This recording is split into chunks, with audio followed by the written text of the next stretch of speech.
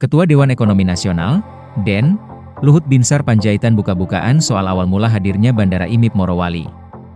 Sebelumnya, Bandara IMIP sempat heboh karena disorot Menteri Pertahanan Djafri Syamsuddin karena tidak ada aparat negara, seperti petugas bea cukai. Padahal untuk lalu lintas penerbangan internasional, bandara tersebut terintegrasi dengan kawasan industri Indonesia Morowali Industrial Park, IMIP, yang di dalamnya memiliki portofolio industri dari investasi Cina. Bandara itu, diakui Luhut, memang dibangun dengan campur tangannya.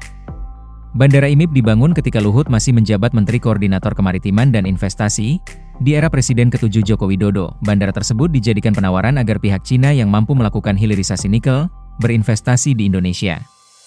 Tawaran membangun lapangan terbang bagi investor besar semacam ini juga banyak diberikan oleh Vietnam dan Thailand. Mengenai izin pembangunan lapangan terbang, keputusan itu diambil dalam rapat yang saya pimpin bersama sejumlah instansi terkait. Itu diberikan sebagai fasilitas bagi investor, sebagaimana lazim dilakukan di negara-negara seperti Vietnam dan Thailand, ujar Luhut dalam keterangan tertulis, Senin, 1 Desember 2025, terkait investasi besar yang kemudian masuk ke Morowali. Luhut menegaskan bahwa fasilitas bandara khusus bukan bentuk istimewa yang melanggar aturan. Mantan Menteri Koordinator Bidang Kemaritiman dan Investasi itu menyebut banyak negara lain memberikan fasilitas serupa kepada investor. Fasilitas ini lazim diberikan kepada investor sebagaimana dilakukan di negara-negara seperti Vietnam dan Thailand. Ucapnya, Luhut bercerita paling depan melobi Cina untuk melakukan investasi di bidang hilirisasi nikel. Dia banyak berhubungan dengan beberapa petinggi Cina, bahkan Presiden 11 Jinping, agar semua kerjasama dilakukan sesuai dengan aturan yang berlaku. Singkatnya, di Morowali Luhut berhasil mengajak Cina untuk berinvestasi 20 miliar US$. Nah, baginya dengan investasi sebesar itu wajar saja bila perusahaan Cina mendapatkan fasilitas berupa lapangan terbang di kawasan industri.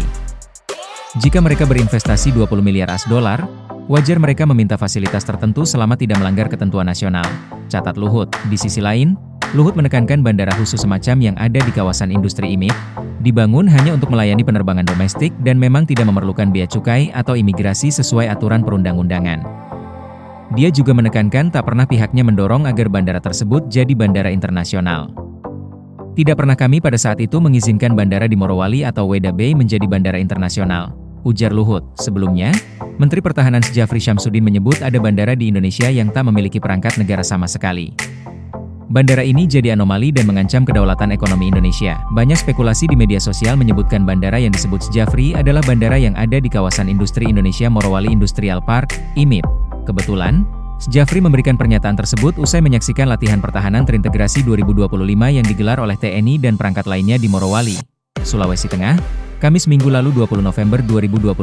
Pengelola kawasan industri IMIP pun buka suara soal isu yang beredar tersebut.